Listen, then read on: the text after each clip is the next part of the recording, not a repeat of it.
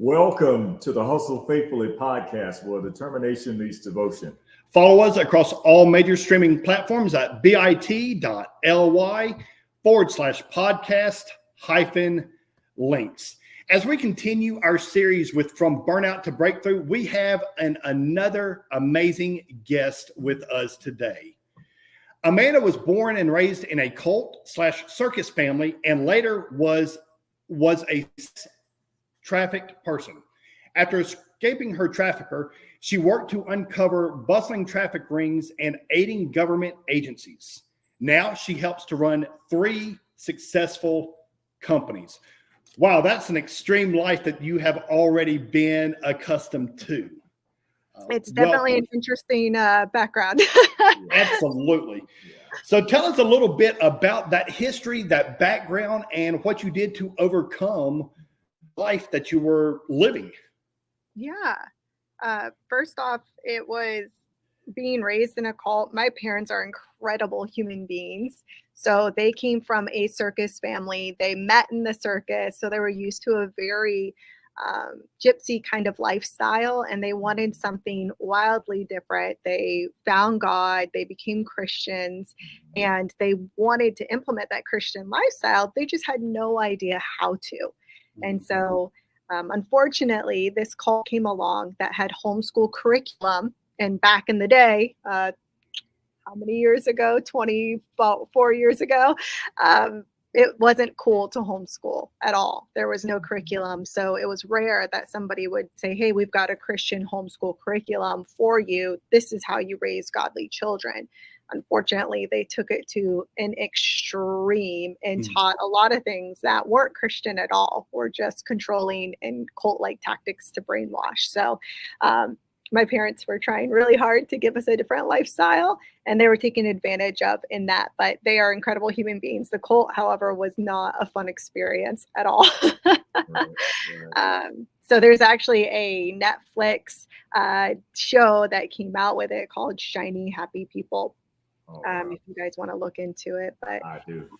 Yeah, so that's how I was raised. And then it gave me a lot of foundations that weren't healthy, and belief systems that weren't healthy, that made me very subservient to men. Basically was not allowed to have a voice or an identity. So when I grew up and I was breaking away and trying to become an adult, I was easily taken advantage of by an older male who ended up sex and labor trafficking me. How long did that go on? And if we have any questions that are too probing, feel free to not answer, but how long did that go on? That went on for 8 months in totality. So there are no questions that you would ask that would make me uncomfortable. I'm very blessed to be able to have phenomenal therapy. And so when you actually go through therapy and when you actually apply it to your life, you're able to talk about these things without getting triggered or without any residue. So, love it. Yeah. Love it. So how did you ultimately break free from that lifestyle? It was a miracle. And it's often in disguise, right? We think about miracles being a wonderful experience. And I think that that's a really huge misconception that people have, that miracles are always going to be pleasant. They're not necessarily in the moment. And so what happened was I was driving home. I'd been sent to go see somebody, and I'll let you fill in the details with your mind there. And I didn't want to. So I actually ended up knocking him out because I was doing MMA at the time as well. And I was driving home, and a girl ran a light and T-boned my truck and totaled my truck. And there was a cop right behind me, and he saw it all go down. So when he finally got my door open, he goes, "Oh my God, I thought you were dead. I thought you were dead. There's no way you should be alive right now. You should be completely obliterated." And I was fine. I'd been knocked out for a little bit, but nothing broken, no scratches. Wow. I did have severe brain trauma from that. I didn't know that at the time because I'm used to having concussions at this point. I'm used to getting beat up at this point. So it's normal for me to feel like I have some head injuries. And I actually texted my trafficker and I said, "Hey, I almost just died in a car accident." He said, "Is your face effed up?" And I said, no. And he goes, okay, you're still effable then. Oh, And wow. that was a moment, and he wouldn't come pick me up. And that was a moment that was just kind of like a light bulb for me, because I'd been in this haze, or I'd been in this weird belief system of, it wasn't like, oh, I'm being trafficked. It was more so like, this isn't what I'm called to. This isn't who I am. This isn't what I was born to do. And I know that I have a very short, clear window where I'm thinking clearly, and I have to act right now in order to change my life. And so that's what I did. Awesome. So did he come back after you broke free, or how does something like that play out?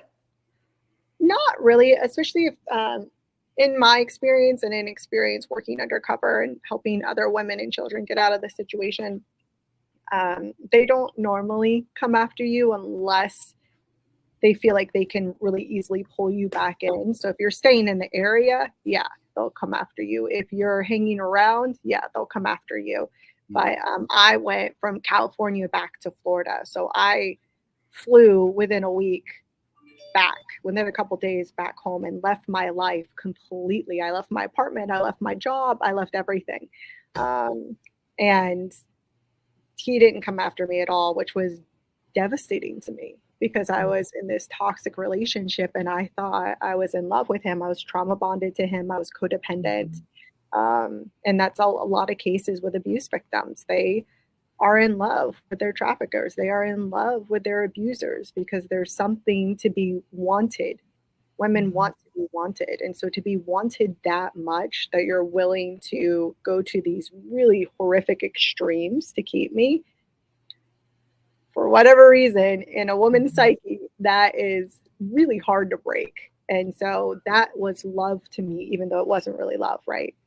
Wow. It was lust, it was control, it was desire, it wasn't love. So it took me a couple months, about 6 months, to get over him, which sounds crazy, but it's just natural. It is what it is. That's the brainwashing. That's the toxicity of the situation. Incredible. What kind of advice or encouragement would you give any of our listeners and viewers that may be going through this? My understanding is a lot of times, even when people know that they're in that lifestyle, they won't speak up. So for those that will not speak up for whatever reason, what kind of advice or encouragement could you give them today to help them out of their situation? I know for me, I couldn't make choices for myself because I didn't value myself enough. So it wasn't like, oh, I deserve a better life, I should go. It was more so I was thinking about what my parents would think if I was dead in a ditch next week. I was thinking, what would my brother do? How would this affect him? How would this affect, people I loved? So if you can't leave for yourself, leave for somebody else, leave for your parents, leave for your child, leave for, your future children that you haven't even had yet. Because a lot of times you don't love yourself enough to make that decision. And that's not love. I think I was really convinced that the crazy highs and the crazy lows, I was addicted to those dopamine hits and those crazy highs and crazy lows. That's not, just because it feels familiar doesn't mean it's healthy. Amanda, one thing that I want to ask you about this journey that you've been on is, what was the initial, that when you first started this process, when the trafficking first started, where were you mentally in that time where there was something that allowed you to be attracted to this individual in a way that drew you in enough to where this could actually start happening? And then it wasn't an immediate, no, this isn't for me. Like, what was happening in your life at that moment? There was a lot of disillusionment with the church. I was going through massive depression. I was dealing with my trauma from my childhood. And I was raised in such a way that you weren't allowed to have a bad day as a Christian. You weren't allowed. You were taught to be joyful. And if you were depressed, then you're probably in sin. If you were depressed, you probably had a demon or you had invited something in and it was your fault. I have massive depression. I have bipolar. I have ADHD. I have all the things. So it was natural for me to think, negative thoughts. So I always thought that I was doing something wrong. So there's a lot of shame and guilt going on, a lot of depression going on. And then my community at church started to fall apart. I stopped going. I didn't have groups that I was attending anymore. So I was very lonely.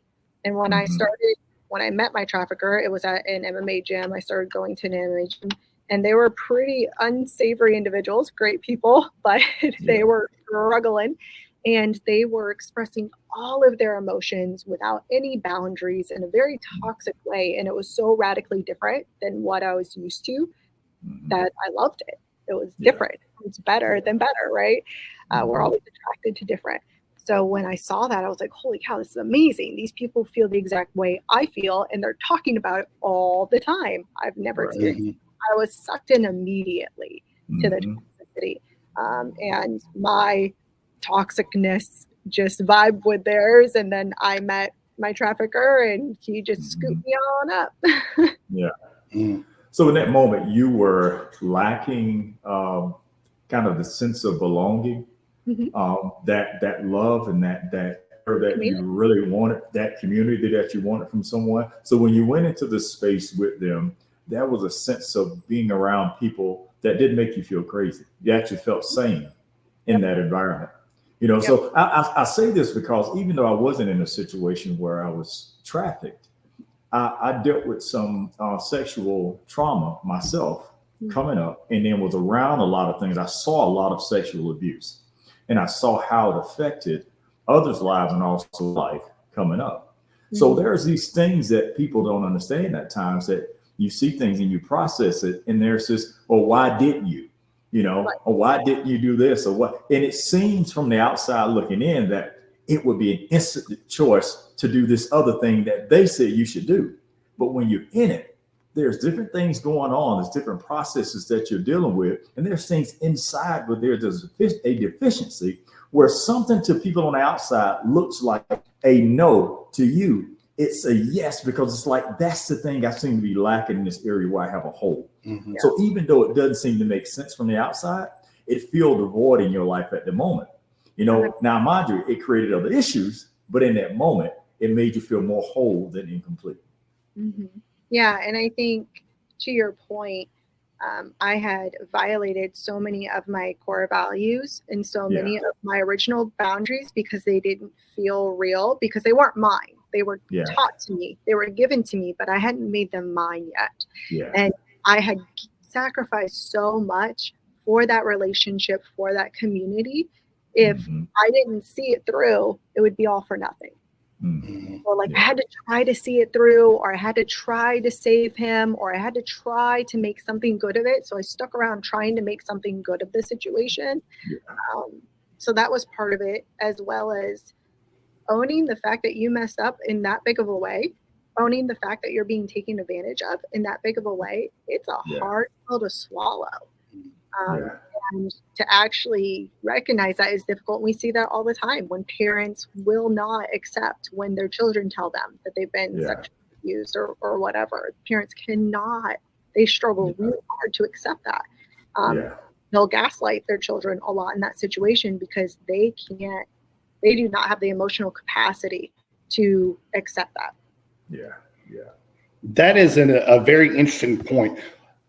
What could you speak to about parents that may have children that are going through this, and how to lovingly accept the situation and be there for them instead of the gaslighting, instead of, beating them down? What's your suggestion on how to help those people? Well, my parents are great examples of this. So I came home and moved back in with them. So I'm an adult. I have PTSD. I have severe brain damage. I am raging. And I don't even know why. I was a horrible person to be around. I was mean. I was nasty. I was horrible. And my parents had no idea why. No idea why. They knew I had a breakup and I came home, and that's about it. And the way that they gave me my space and would walk away when I'm being nasty to save our relationship and not respond, not engage in that negative behavior, and just be a constant support. So they let me live with them. They were a constant support system. They, you know, would always go to church on Sunday. I wouldn't go. They would always invite me, but there wasn't pressure to go. It wasn't like, well, if you're in this house, you have to go kind of thing. It was like, hey, we love you. If you want to come, you're welcome. If not, cool. We'll see you afterwards. Let's grab lunch, you know?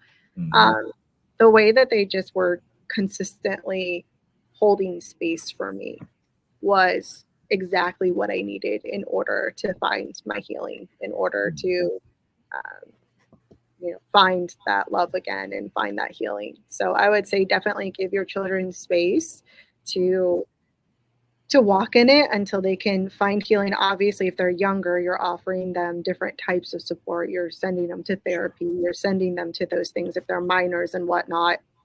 But if they're adult children, then just holding space and being consistent in their lives is really important. Consistency is super important in my life and was very relevant to my healing because that lifestyle was very inconsistent. Inconsistent sleep, inconsistent food, inconsistent emotions, inconsistent. Will he be here? Will he not? Will he pick me up? Will he not? Is he going to be angry? Is he not? It was always chaos. So consistency is very, very important to me. And it's vital. You mentioned that you were, your words, a mean and nasty person to be around. What changed? Because obviously we can tell just in this interview, you're not a mean and nasty person. So what changed from the person of old to the person of current? Well, I was aware that I didn't want to be that person. It was almost like I was two different people, and that trauma would surface and become defensive. And I was in survival mode, and nobody's a good person in survival mode. We do horrible things in survival mode. People eat people in survival mode. Like there's crazy stuff that goes down. So I was aware that I was this other person when I was triggered. And I just felt incapable of stopping it. So honestly, going to therapy, having somebody help me work through the trauma, trauma resolution therapist, and doing CBT, which is cognitive behavioral therapy, was very important consistently every single week, no matter what. And I would cuss him out. He would cuss me right back out. I still see him every single month just for a checkup. Incredible human. But finding yourself in a good therapist, and then that allowed me to create space in my life for God again. That allowed me to create space to build a new identity of who I wanted to be. Amanda, I can understand the anger, you know, and people interpreted that anger wrong, because that anger that I express, such as the anger that you said you had and how you were mean and so forth, was just sadness turned inside out. You know, didn't know how else to express it, because what it was just me defending myself. You talk about survival mode. Me defending myself to other people was me being mean, but it was me feeling vulnerable and sad.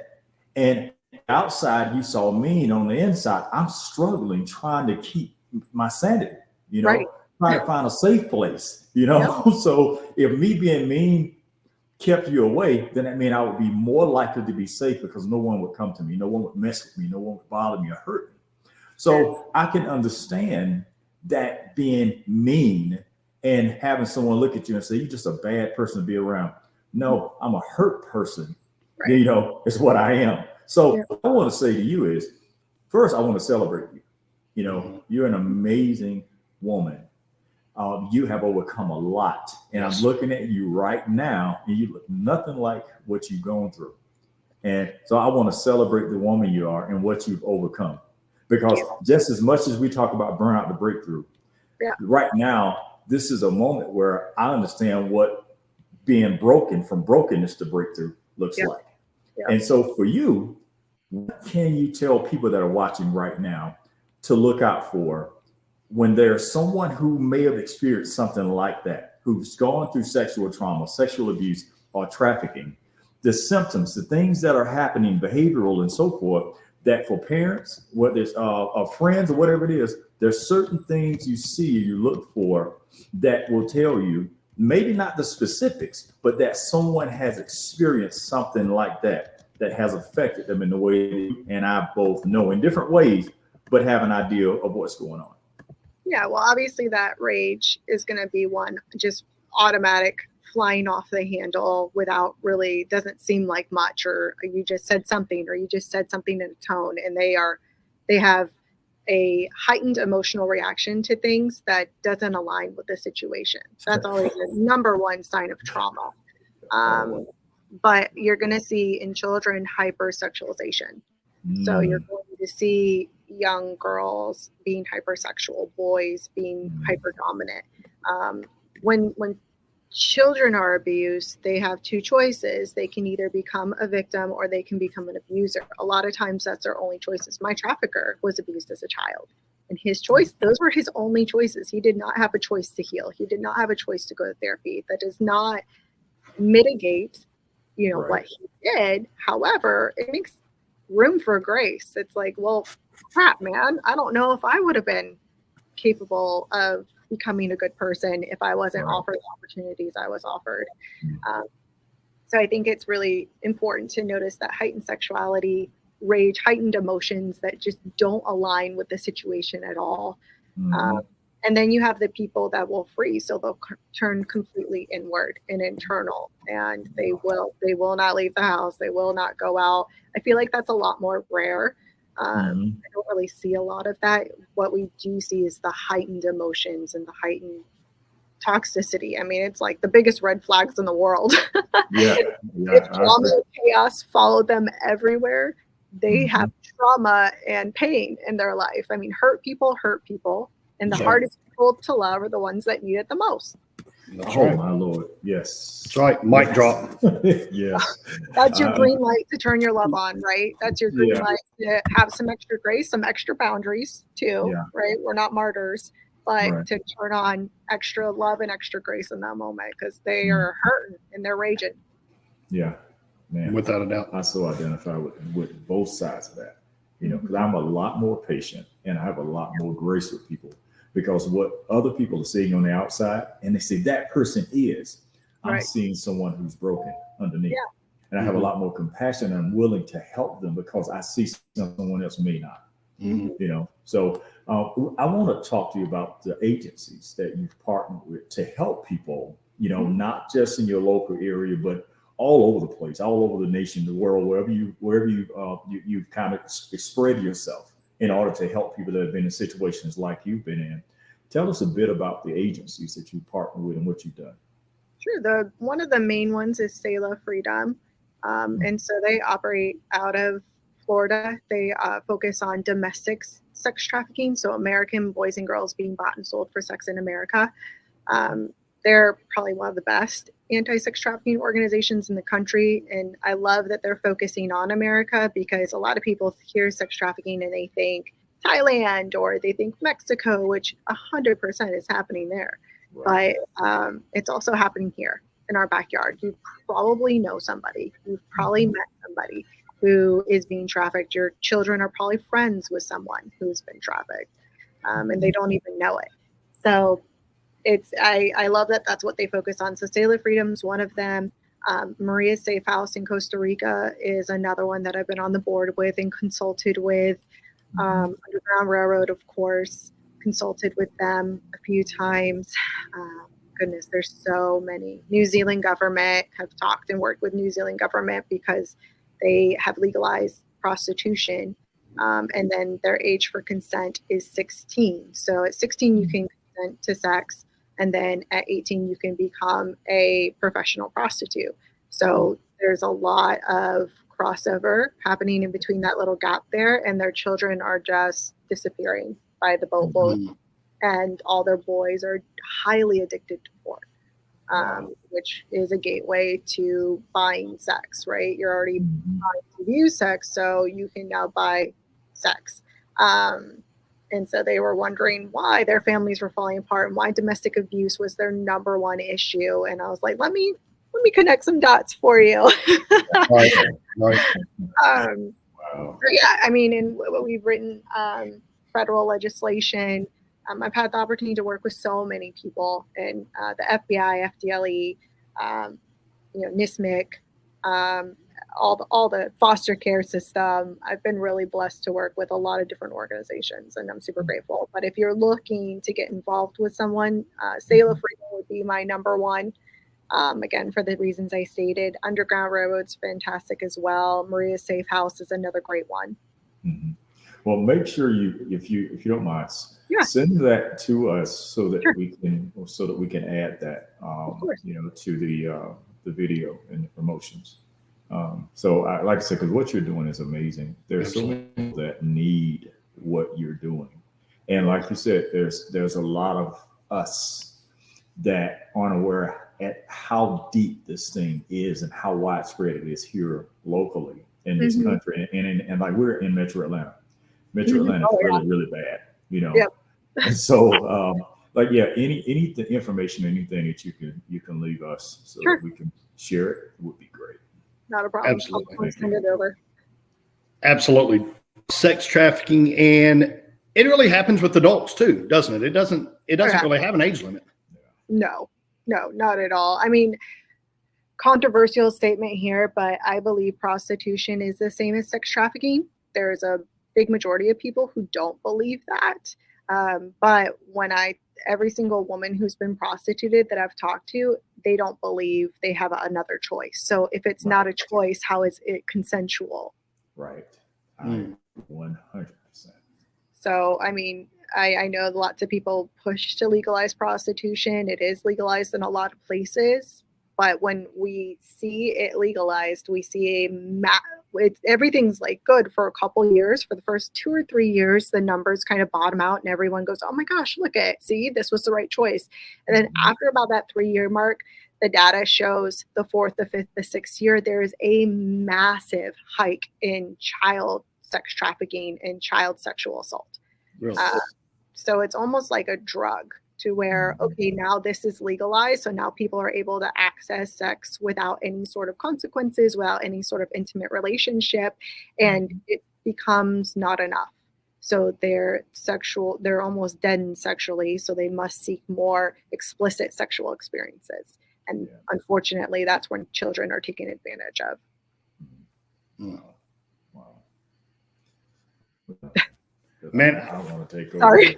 No, I'm just blown away. I'm mesmerized by all this because this is a lot larger challenge and situation in this country than what I think a lot of people are aware of, including myself. And I have 6 children myself, 19 down to 7. So it's always, and 3 of them are girls, 3 of them are boys. There's always that concern of what are you seeing online? What are you being involved in? Yeah. And because as we know, there are plenty of catfishers out there that act like they're kids, your own kids' age, and they're not. Yeah. So how can we protect against that? Against the, hey, 12-year-old, I'm 12 too, let's be friends. When in all actuality, they're not 12 and they are the opposite sex. And they're coming something that your children don't even see. They don't even realize. How can we protect against that?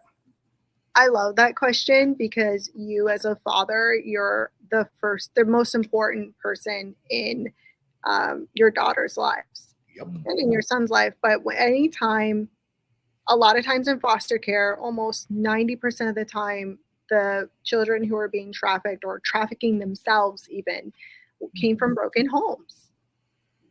Every single time. It's wild. So the fact that you're aware of this and the fact that you're asking that question, thank you, first off, because you're saving lives just by being a good man and a good father. To answer your question, I would say education. You have to educate your children. Most children are exposed to porn by age 7. That is normal. And it's disgusting, but it's normal. And you have to recognize that is normal now. They are going to see porn. They are going to see sexually explicit content. by the age of 7 or 8. They have to understand what's going on, and they have to understand what they believe to be true about that situation. Not what mom and dad believe to be true, but ask them, what are your morals? Like what do you think is right or wrong? Why do you think that? What would you feel comfortable? Would you feel comfortable in this situation? What would you do if you saw that? Like, and helping them process through the situation before it actually happens and before they're actually in it, and helping them establish their own boundaries now. One thing I saw all the time is parents like forcing their children to hug people, your uncle or whatever. That's teaching a child that their physical boundaries do not matter. They feel uncomfortable. They don't want to hug that person. They shouldn't have to feel obligated to let that person touch them. Yeah. It starts at such a subliminal and early age, and it compounds. So teaching that children to understand that their body is theirs and that they need to choose to protect it in different ways, whether it's by what they wear or how they present themselves or how they speak or how they stand or whatever. All of those things are so important. So education is the most important part, and having those uncomfortable conversations, because if you don't have that conversation with them, some stranger will. Yeah. And you're not going to like the results of it. So you better man up and have those sexual conversations with your children. Talk about porn with your boys. Talk about porn with your girls. Talk about how there's evil people in the world, but we don't have to be afraid, right? We don't walk in fear, but we walk in love and power. And this is how you're empowered. You can have boundaries. You can say no. No is such a powerful word. Yes, it is. You can click off. You can sign off. You can come grab mom and I. We won't be mad at you that there's a pop-up of porn on your screen. Right. Or you're not going to get in trouble for that. But we'll help you take care of it, you know? Right. So I think having that trust with your children, and then just having the education and the open conversations, and then also empowering your child to write down and be sure of their own morals and boundaries. Where are you right now with how your faith has played a role in your life at this stage? I mean, is your faith a big part of how you go about interacting and helping people now in their journey out of sex slavery or trafficking? It's been interesting because, there was a very heightened kind of situation, and we see this a lot with people who come out of addiction. They get into a very hyper relationship with God. And it's almost toxic in a way because they're so codependent of this idea that God is there to help them that they become basically useless. Right. And they don't create, and they don't take ownership of their own lives, and they blame it all on God. So I was very aware of that, and I was very resentful initially. I could not take anything. All I could listen to was Andy Frisella and Ed Milet. That was the only two people I could listen to tell me anything. And then that went into like very grace-based people like Joseph Prince, right? And then that kind of developed into Stephen Furtick. And so currently I'm not going to church just because I have not found one. It's a lot for me to go into a church. It's very emotional. But it's kind of interesting because all of us here at the office have been having our own personal encounters with God recently. And there's like a collective, we're very tight knit because we are working our butts off to build an empire here and to build really successful people. And we've all individually had encounters with God recently and been being pulled into a deeper relationship with God again. So that's been very interesting as of late. So yeah, I don't know if I answered your question. Yeah, you did. I mean, because I know there has to be a moral compass that's bigger than ourselves. Because a lot of times that's how people will get in trouble, where you have someone who sets their own standard, and then they teach you to do things according to their standard. But it's all based on what helps them or what allows them to create an environment of abuse, where this is what's okay. That's not okay. But it has to be something that's bigger than you and I both and everyone else that we all we all have to adhere to. So that helped me in my life. Is my faith has helped give me guardrails, because like you said, I was on one extreme, on one side, where I just said, "The heck with it, I'm going to do whatever I do." Then I was on this other end, what was God, and I don't have to do anything. He's going to do everything. But now there's a place where I trust him, but I have a responsibility in what I do. There's an activity in my faith. Right. I have to do something myself. I can't just sit and say, "Okay, Lord, it's on you, on me." So that's why I asked that question, because you're doing a lot. You're dealing with a lot of people. And I was just asking to see what your compass was as you continue to move forward in your life and on this journey. So him and I are tight. We're good. I curse quite a bit. I drink. But him and I have an understanding. My mom will be like, "Amanda," and I'm like, "Jesus and I are good. He knows that I curse and he's okay with it." And she's like, "He is not." I'm like, "No, he's good." So I don't know. Like I always tell people that Jesus does not want to take the wheel. He actually does not know how to drive a car. They did not have cars back then. Like, Jesus does not want to take the wheel of your life at all. He does not. He wants you to take the wheel, take responsibility, take ownership, and be everything that he created you to be. So quit with the excuses and quit trying to give Jesus the wheel. Stop it. You don't want it. Right. Yeah, you got to be responsible for your own life. You do. Yeah. You absolutely do. Yeah. Without a doubt. Well, we really appreciate your time. And do you have any closing comments that you could share with our listening and viewing audience to help elevate them and help encourage them to go from whatever they've been trapped in, whether it's as extreme as what you went through or maybe not quite as extreme as what you went through, but to be able to push? Because the beauty of your story is, you came from so much. And you sit there and you're glowing and you're vibrant now. So no matter what our listeners, our viewers are going through, you are a beacon of light and a beacon of hope to let them know, look, keep pushing, keep going. You'll make it through too, just as I have. I think it starts with extreme ownership.